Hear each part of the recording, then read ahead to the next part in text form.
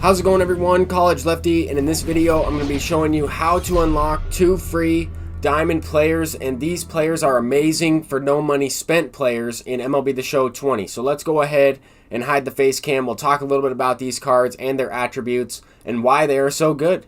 So once again, I may have stumbled upon something that is a mistake within the game that the developers accidentally included. So if you take a look at this Zach Wheeler card, 93 overall, tops now, he's very good. He's got some pretty good quirks. These quirks are not active quirks. They just kind of let you know that some of his individual pitches meet a specific threshold in terms of break or control. So keep that in mind. But these quirks right here, homebody, that is one quirk that a live series card should have. No flashbacks or legends will have those quirks in this game, but they accidentally put them on these cards. Same type of thing with Kike Hernandez. This card actually has different quirks, but his player card already is great. He's going to get a really good boost when you bring him in as a pinch hitter. And I don't know if this is fair to all the other live series cards or even the other flashback cards that don't have these perks. As you can see in this screenshot right here, he just has regular quirks that are non-active, not for live series players. Some live series players have these, but they don't give you any type of in-game boost. The quirk like day player and pinch hitter, they do give you an in-game boost in terms of PCI, in terms of penalty when you're moving the PCI, and just contact result in the game. So this is kind of interesting. I stumbled upon it when I was looking for ultimately outlier on Zach Wheeler. I noticed that these other Tops Now players also have some of these quirks, Road Warrior and Night Player. This one has Homebody, Day Player, and Pickoff Artist. Those are quirks that live series players would have. Marcell Ozuna has Night Player. So they're not really too many perks or quirks that are going to make that big of a difference. But these players are great budget cards to get. I'm going to be talking about some tips and tricks on how to complete some of these moments. You guys might have already completed them, but I'm trying to provide as much information in this video as I can to make it worth your while watching what I'm going to be doing upcoming here. So we're going to get right into the moments. They're pretty easy. This first one is get on base 3 times. For this one, you're using Kike Hernandez. I'm just going to be pressing X, the regular X button, and here we end up getting a perfect home run. We don't need any extra bases. We don't need any specific things. We just need 3 singles, and that's good. They're not able to make a diving play on that one. They're not able to catch it if you hit it over the fence. So that's solid. We get the first knock out of the way. The toughest moments in this program or in these Tops Now moments so far have got to be the pitching ones. I think that because they're on an easier difficulty, for whatever reason, on rookie and veteran, it just seems that the computer will get base hits. They'll put the ball in play. It seems like it's tougher to strike them out on those difficulties than it would be on All-Star or just kind of from my experience. But I do have some tips on how to do it. In this one, we're just pressing X. This one is a 6-inning game where we don't give up 1 run. So we have to pitch the remaining portion of Kyle Hendricks' shutout. And the main tip that I can give out for this one, even though I threw a fastball right there to Christian Yelich, is you want to focus on trying to throw changeups below the zone to him, specifically because he's the one card that can hit a no-doubter against you at any time. He also has the dead red quirk and the breaking ball quirk.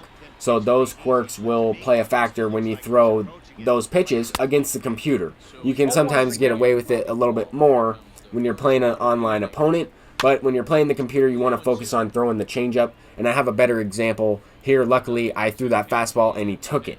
But the rest of the Brewers lineup is not that good in terms of their attributes. The computer isn't going to play that well with them. You really want to just try and expand the zone.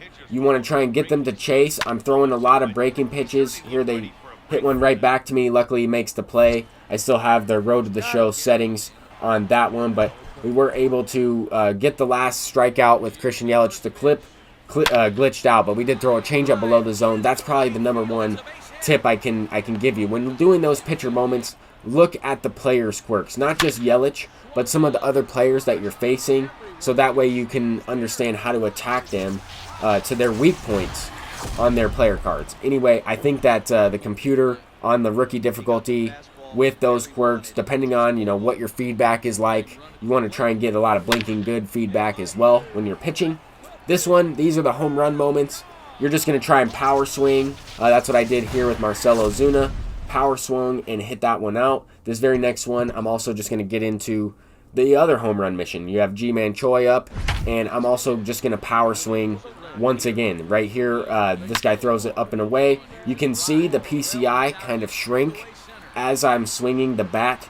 As I'm pressing the square button, the PCI will shrink, but it's on rookie, it's on veteran difficulty. These moments are on easier difficulty, so you can't afford to power swing. If I'm playing online, I never usually power swing. It's just a once in a while type of thing on All-Star. Maybe then. But other than that, I'm just pressing X. If I'm not trying to get a home run in one plate appearance, then I'll probably just be pressing X as well. For this Shane Bieber moment, I'm really just going to try and throw just outside the strike zone. The number one tip on this moment, because you need so many strikeouts, is you're trying to get the pitcher's confidence, and you're trying to get this gold bar of confidence maxed out, or at least the confidence up enough to where you have this extra bar and you're able to get better feedback. More blinking good feedbacks are going to result in more strikeouts on the lower difficulties. They're also going to take pitches. You want to try and sequence your pitches pretty good. You know, set up the slider, set up the changeup. You mix in that knuckle curve. If you notice, when I do select the knuckle curve, and using this pitching angle is somewhat of a good example to take a look at it. If you're pitching with Shane Bieber in this moment, go into pitcher offset camera and select the knuckle curve. You'll actually see his finger go to a spike grip, and in some way, some people have said that he's tipping pitches that way, or all pitchers are tipping pitches when they're throwing a knuckle curve in this game.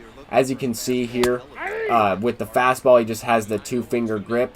But take a look at it for yourself and really just keep an eye on his fingers in his glove. Now, you're not going to be able to see that as the batter, but once he brings his arm back and he starts going through that motion, you might be able to. So just a few things to kind of talk about in this video. But once you kind of get the strikeouts in this moment, you don't have to play the rest of the game. You can just get the 2 strikeouts or whatever we have left remaining. Hopefully we can get it in this inning, and we won't have to pitch another inning, so that way the computer doesn't have a chance to smack a 2-run homer against us, if that makes sense. So I'm just trying to expand the zone. I'm not trying to throw him any strikes once I get an 0-2 count, even though there we dotted one up for a strikeout looking. I'm trying to get him to chase, so that way even if they do hit it, they're not likely to hit a home run against me.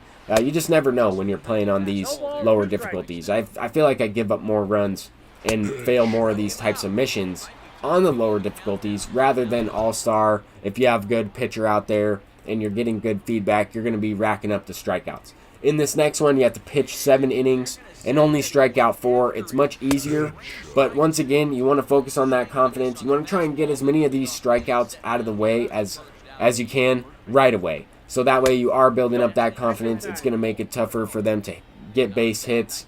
And once again, they really only need 2 base hits, including a home run, to make you fail this mission. So those are just a couple of things to keep in mind. As you can see, in the first inning, I got 2 of the strikeouts. It's looking like we're going to be able to complete this moment as long as we can just pitch the 7 innings. This one is much easier than the Shane Bieber moment. I have a few more ideas and strategies there. Also, the Marlins aren't nearly as good at the plate as some of the Brewers hitters are. So with that being said, you kind of have to approach these guys a little differently. They will still hit the ball. They will still put the ball in play, you know, every once in a while. This is an interesting situation. If you can get the pitcher up without a guy on first base, obviously they're not going to square around a bunt. But that comes into play more when you need a lot more strikeouts. That comes into play more with the Shane Bieber moment. You always want to try and get the pitcher up with nobody on base, so that way they're not going to bunt against you, and you have a better chance of striking them out in that sense. In this situation, we get into the top of the 4th, and they knock a base hit. So really, one swing of the bat, and they can make me fail this. I'll have to pitch the whole entire thing over. So I'm going to just throw the ball below the zone. Hopefully they chase it, got the strikeout, and we're going to ultimately complete this mission. After I finish the strikeouts, I'm not going to take you through the last couple of innings. We were able to get that. We have this Tops Now pack, and the first one that we were able to get is completely free in the pack store. This one you get by completing the moments. When it's all said and done, you will be able to get this Tops Now voucher for a pretty low price in terms of some of the other vouchers for Mike Trout. So this is something that you're going to want to do if you're looking to get that Mike Trout or some of those vouchers to unlock that card. That's going to do it for this one. Thank you all for watching. I'm College Lefty. See you in the next one. Peace out.